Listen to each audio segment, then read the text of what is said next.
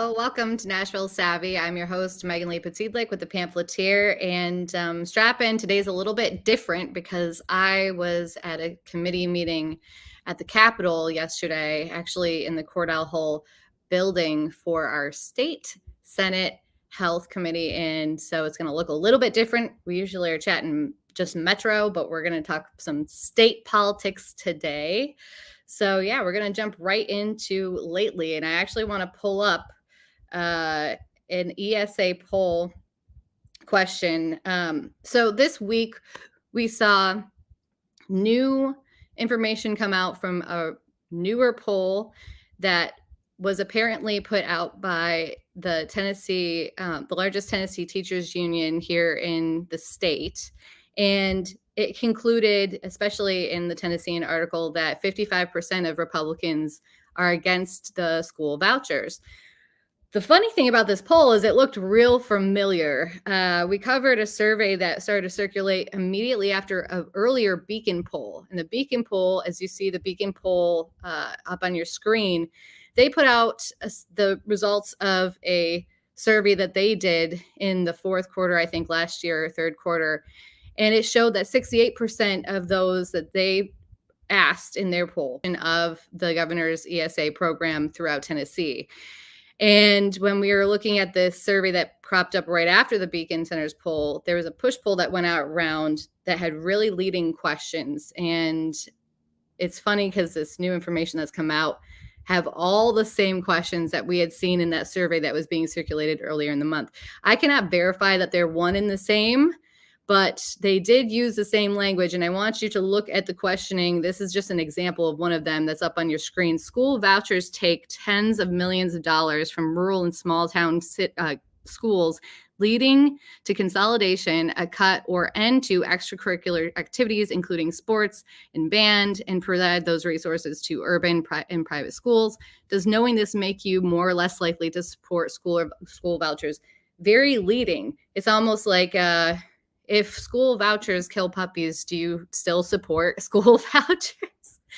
And there is a distinction of the language of using voucher in this, and this has been talked about amongst representatives and politicians in the state, is that vouchers, meaning what you could use as money towards your tuition of school, is not the only thing that the ESA program would do. It also creates mechanisms in which you can use that voucher money, that ESA money that you would get per child, towards other resources, not just tuition. So using the term voucher is an interesting, it's been an interesting conversation just because of the differentiation between tuition versus using the money towards things that you could use in school, supplies, et cetera, et cetera. So looking at how the poll was being circulated after it showed that, about half of Republicans are against school vouchers, despite the fact that those questions were super leading. And it was really hard to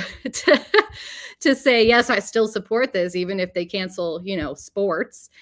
It wasn't well received. And in fact, not even Democrats really got behind the new poll results because they didn't seem to be in good faith and not as reliable as those of the Beacon Centers. The Beacon Center uses, I don't know exactly what pollster they use, but it is very high ranked. They got a very high ranking for reliability. The demographics reflect the demographics of the state, and they are all certified Tennessee potential likely voters. So the results still kind of prevail from the Beacon Center at this point. We haven't seen any other polling data besides that, but that was a little bit of a interesting thing that turned up towards the beginning of the week that I wanted to talk about, because as we go into General Assembly, yesterday was the last filing deadline date for the House of filing your bills. Today is the last filing deadline for the Senate. Sorry, I've got a lot of things going on in my head, guys. And so everybody's scrambling around before we hear and see the ESA bill filed, which was leaked, by the way. The ESA bill was leaked earlier this week, which was also scandalous because it was put up and then immediately pulled back down. which is interesting. But I've been told that we're not going to see any surprises. So potentially whatever actually ends up being the ESA bill that's posted and published is going to be exactly the same as what was leaked by accident, because they accidentally put it up on the website because it was filed too early. But we're going to hear more about this, I'm sure, on Monday, because that is the governor's state of the state address. So you're going to be hearing about that next week and everything that he's laid out. He also has some other initiatives. There's going to be some tax cuts this year because they have to tighten the belt around some spending. And I know that it's tightening the purse and a lot of other things that legislators are trying to push through because they have a fiscal note on some of their bills. And if that fiscal note does not fit within the budget, then, it doesn't get passed because we don't have the money to do it. But that being said, we are in good standing as far as the actual fiscal responsibility of our state. I can't say as much for the fiscal responsibility of Metro Nashville, but that's a little bit about what happened this week. You guys can check more about that in the pamphleteer. I wrote an entire column kind of explaining the blowback of that new polling data and how, in fact, it could potentially be the same as this poll that was sent around as a push poll earlier in the month. But we're going to go right into Local Corner.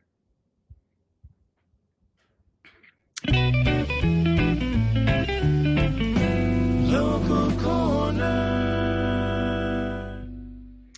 All right. So like I said, I went to the health committee meeting in the Senate yesterday, and I got more than I bargained for. I actually went to go track a bill that is up for vote in committee that would have to do with the power of attorney and allowing those who hold the power of attorney to visit their loved ones in the hospital every single day. And this was an issue during COVID.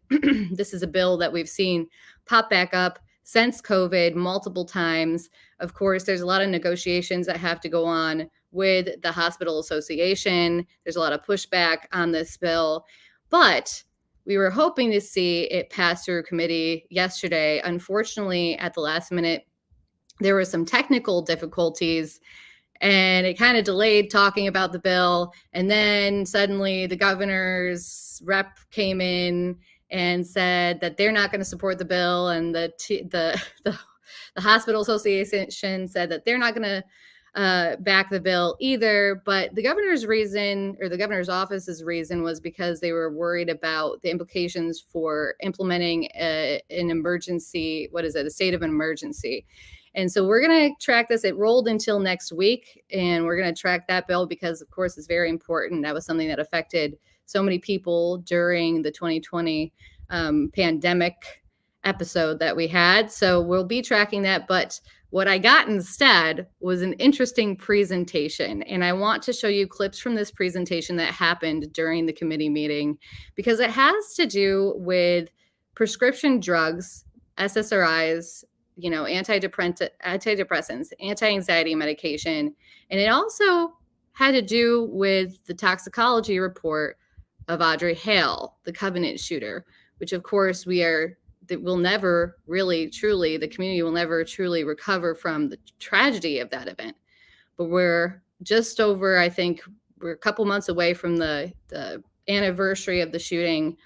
We have had a toxicology report, but I want you guys to see a little bit of what was discussed during this presentation yesterday. So we're going to pull up video 1, and I'm just going to let you guys watch it all the way through.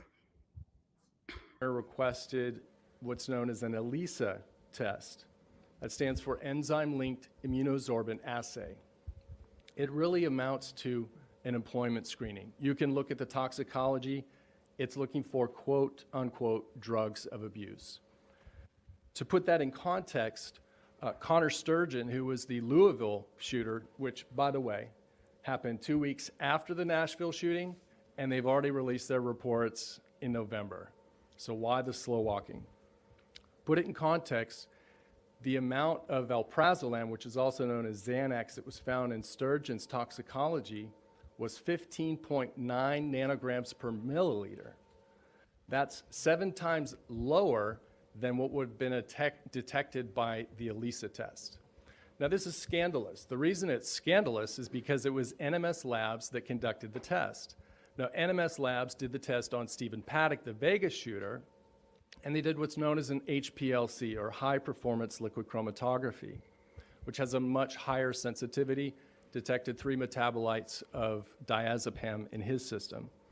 NMS Labs also did Connor Betts, the Dayton shooter, and found alprazolam. In that case, they used liquid chromatography mass spectrometry. So I would argue that the ELISA test answers a question, is the answer to a question that nobody is asking. It amounts to an employment screening. Was she using drugs of abuse? No.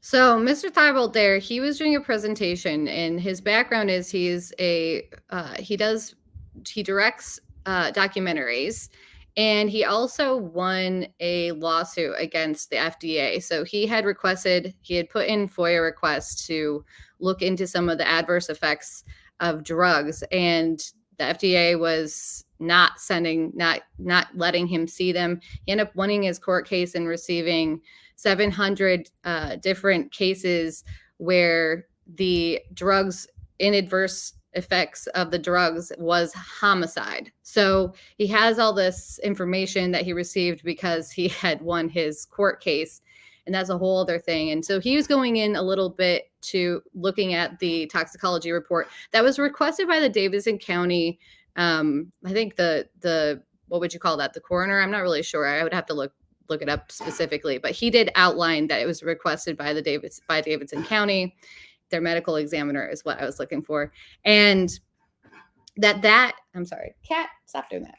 My kitty is banging things. So that is something that he was looking into. What was this toxicology report that was actually done on Audrey Hale? And what he had found was that it was one that would not have the ability to detect the levels of some of these prescription drugs, which is really interesting. And the point that he was making there too is that the labs that they used could have done a more advanced type of screening, but apparently either what was requested or what was carried out, potentially, this is just based off of his presentation, potentially was not what they actually did as far as Hale's toxicology report. So that was super interesting, but we're going to go into video number 2. No drug approved by the FDA in the United States of America with an indication of preventing or reducing violence. A magic pill to prevent violence does not exist, and any suggestion otherwise is false. In a Politico op-ed, Vanderbilt's own psychiatrist, Dr. Jonathan Metzl, warned, and I quote, "There's accumulating evidence that psychiatrists cannot predict violence from their patients," end quote. Now, I would suggest that you heed Dr. Metzl's warning, as any attempt to enlist mental health professionals or the pharmaceutical industry to stem mass violence is doomed from the start to fail. And I can provide numerous cases in point that support Vanderbilt's Dr. Metzl's argument. James Holmes presented to MD psychiatrist Lynn Fenton of University of Colorado.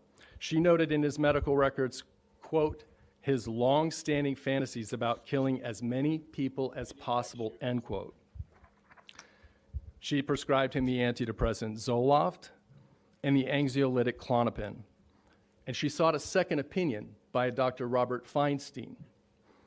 Now, according to Fenton's notes, Feinstein told Holmes, as if to foreshadow Dr. Metzl's op-ed, that psychiatrists, quote, "couldn't really prevent suicide or homicide in the long run if the person is intent on it," end quote. Dr. Fenton also consulted CU's Behavioral Evaluation and Threat Assessment Unit, or BETA team. As you know, Holmes went on to kill 12 people in an Aurora, Colorado movie theater. So if not one, but 2 MD psychiatrists and an entire behavioral evaluation and threat assessment team combined are incapable of preventing a deadly mass shooting, then how, pray tell, is a so-called psychiatric mental health nurse practitioner, without the supervision of a doctor, going to do so, armed only with her prescription pad? And I think the answer is self-evident. She's not going to. She can't. And yet such legislation has been proposed in the wake of the Covenant shooting. So this video I wanted to play all the way through because it really outlines some of the issues that we saw with this event in our state turning into a political football. And we saw a special session called, we saw delay at the end of last year's General Assembly because it turns into a policy prescription emotional plea. And we've seen this come back again and again and again into the media because, of course, that's what they glom onto. And there are families who have been tragically affected by this event. There are people who desperately want something to be done. And at the same time, taking the time to actually review all of the factors that go into this, the point that was being made is that perhaps, some of these pieces of legislation where they're implementing these mental health facilities or having some type of mental health evaluations in schools, prescribing drugs isn't necessarily the answer. And that was a cry, the plea of a lot of this presentation was, please look at everything. We need the transparency to look at everything before we make policy prescriptions. And I want to go into the next video. This is turning into a clip by clip because I think it's really important and I wanted people to see it. So we'll go right into the next video. Mental health industry's impotence leading to the Aurora Theater shooting was not a one-off. Virginia Tech shooter Sang-Wee Cho was ordered by a judge to undergo a mandatory psychiatric evaluation during what amounted to be an involuntary mental health hold. The attending psychiatrist, Dr. Jasdeep Meglani, found no indication of homicidal ideation and released him. He killed 32 students and faculty at Virginia Tech. After Elliot Rodger posted videos on YouTube, the Santa Barbara County Department of Alcohol, Mental Health Services, as well as the Santa Barbara Sheriff's Office, responded to his residence for a mental wellness check. They deemed he was not a threat to himself or others. Before killing 6 people in Isla Vista, Elliot Rodger wrote of the wellness check encounter in his My Twisted World manifesto, quote, "For a few horrible seconds, I thought it was all over. When they left, the biggest wave of relief swept over me," end quote. Rodger's words trigger a nagging sense of deja vu when reading the first 3 pages that have been leaked of Audrey Hale's manifesto, who wrote, quote, "There were several times I could have been caught, especially back in summer of 2021, end quote. The day after the Covenant shooting, Nashville Police Chief John Drake indicated, quote, "She was under care, a doctor's care, for an emotional disorder," end quote. So we see the common thread in all these cases is that mental health professionals were involved up to their eyeballs and were unable to prevent tragedies from taking place. Thus, it makes no sense to double down on a failed strategy that more mental health treatment could somehow prevent mass shootings. Now, I suspect there are some very deep pockets that are pushing this harebrained scheme to medicalize criminality. It's like a bad sequel to Clockwork Orange, if you remember that movie. Crime is not a mental disease. A criminal mind cannot be rewired with medication. There's no pill to stop crime. There's no pill to transform a criminal into a law-abiding citizen. Science cannot medicate evil out of people.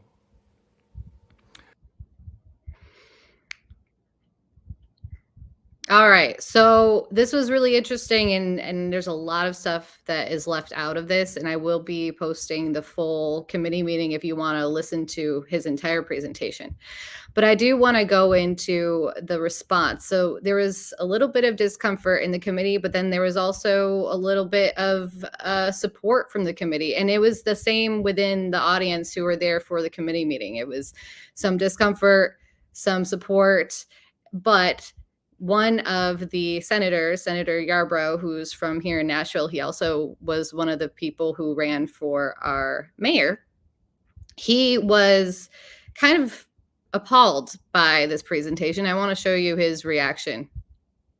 Look, people are entitled to their opinion, but we actually have access to scientists. We have access to people who are, down the street expert that was quoted during this, people who are leaders in the nation in researching these issues that can come and share information with us. And yet we have chosen to spend the 45 minutes, the first 45 minutes we've ever spent in the wake of Covenant, frankly, going down some rabbit holes of some conspiracy theories here. Oh, may I reply to that, Mr. Chairman? No, I have the floor, sir.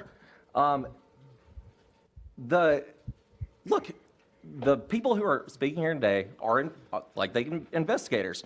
Some of the things they said, don't strike me as unreasonable, but we have high use of these drugs by several 100,000 people in Tennessee, much larger numbers across the country. There's been significant research showing that, there are going to be correlation incidents, but there's nothing to show causation. I mean, the latest research on SSRIs is whether they do anything more so than whether they do this. And the fact that we are going down this is offensive to me. It's offensive to this body, and it's certainly offensive to the people who were affected by Covenant. There's a lot to unpack here. For one, speaking on the behalf of people of Covenant, there are a lot of people who are affected by this that have different opinions who are connected to Covenant. So speaking on the behalf of Covenant was an interesting move. But we're going to unpack this slowly, because in the beginning, there was almost a Freudian slip when he was talking about the experts that could talk about all of this stuff. And of course, he lives in the district. We live in a state, actually, that has a lot of the medical professionals in it. And so saying that we have these so-called experts that could spread, tell, share, I thought it was interesting. It was a little bit of a Freudian slip to spread the information. And that's just interesting to me. He was also visibly uncomfortable. And I could tell you from being there, it's because when he basically called out this information as conspiracy theories, there were audible gasps in the room. So it was a little bit uncomfortable for him. I'm sure they're not used to that. It's usually different people in the audience who are, reacting emotionally or not just reacting in general to what's being said in these committees. We've seen those types of protests and stuff reported on, but it was almost like he wanted to suck the words in as soon as he said them. And I did see him speaking reasonably with Mr. Thibault afterwards, but it's kind of the genie was out of the bottle, and it's always performative. These things are always performative when it's on the stage. So going to the gentleman afterwards isn't equivalent to apologizing for calling these two people basically conspiracy theorists. Wow, apparently I'm not supposed to say that out loud. Also, he did make a good point. Unfortunately, it was surrounded by a bunch of other emotional reaction, which was during this discussion, there was a little bit of talk about passing legislation or introducing legislation that would restrict gun ownership for those who are on medication, prescribed medication. So that's when he was talking a little bit more about, all these people are on these prescribed medications, and you're going to hear, you can watch the whole thing and hear a little bit more about how they felt about pharmaceuticals. But now I want to show you the reactions of the two people who were there. There was another investigative reporter who replied because she was giving a presentation before Mr. Thibault and then Mr. Thibault. So we're going to watch their reactions to Senator Yarbrough and his statements. Senator Yarbrough, I may have this wrong, but I think you represent Nashville, and I think which includes Vanderbilt.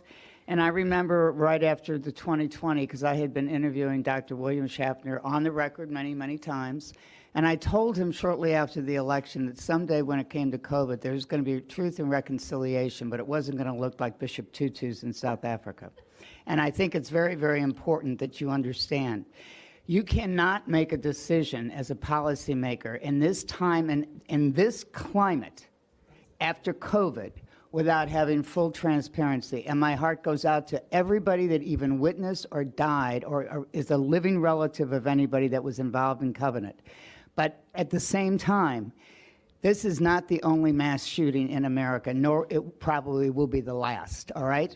But I think it is imperative for you not to be offended by people calling for transparency, but to be engaged calling for the transparency. And Senator, with all due respect, perhaps you missed the part where I sued the Food and Drug Administration, obtained 700 reports, and the FDA in sworn declarations admitted that the cases involved school shootings.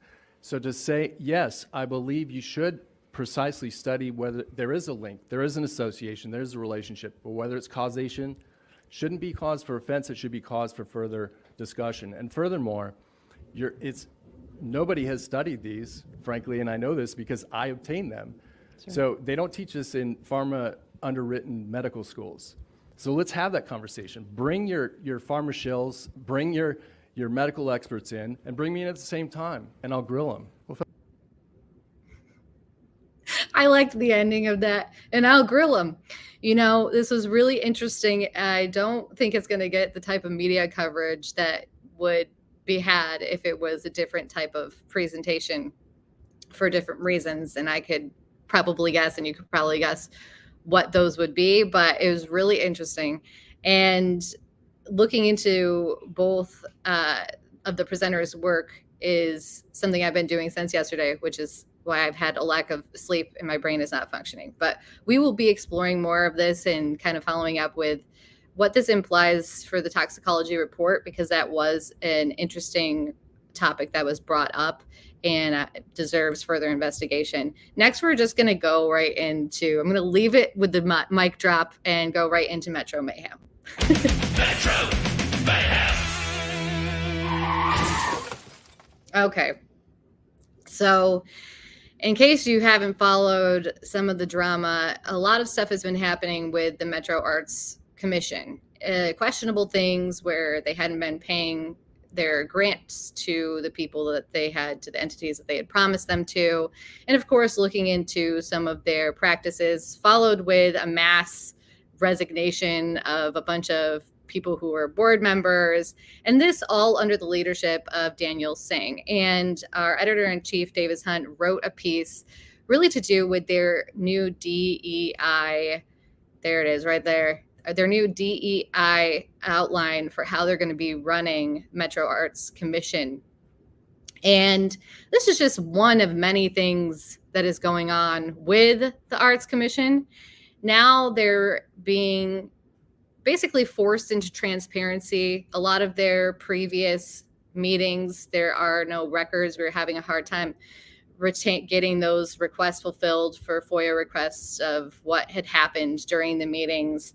Now they are required to do live video of each meeting, and it's been enlightening, and it has split basically constituency versus Metro government, because we're seeing the DEI being pushed in multiple places, not just in Metro Arts, but also in the process in which they're screening people to be able to be on these boards and commissions, because of course some of these positions are voted on by council members well after being put forward by council members, and some of them are voted on by the council after being put forward by the mayor. So these entities have a lot of power. All of these little boards and commissions and authorities have a lot of power with what goes on, where money goes, how things are done in Metro government, and pushing the DEI we've talked about before has been interesting. But just yesterday, here's our Metro Mayhem.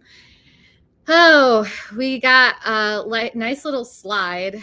It's a little slideshow that was put up by an entity that's technically, I guess, not, it's not the Metro Arts Commission, okay? It's called the Art Equity Nashville, whatever thing.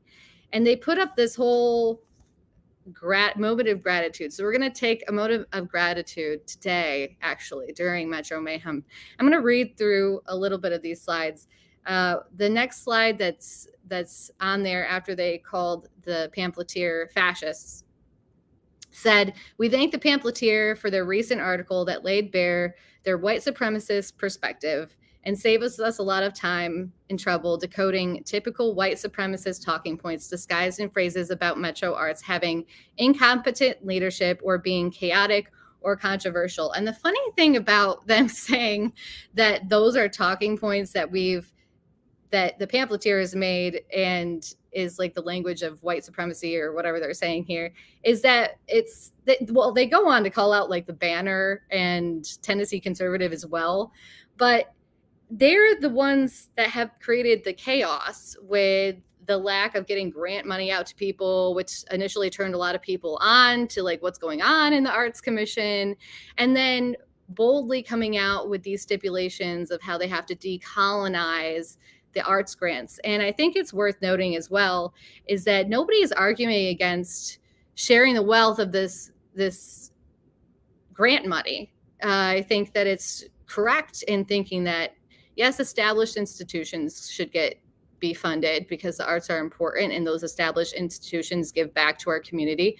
But certainly individuals and other smaller projects should be considered, not only considered, but perhaps have a pool of money that's set aside for that type of work as well, so that it doesn't just get ignored for these bigger established entities. The problem is how, I would say, what we find problematic is that they are discriminating against people who don't look a certain way, or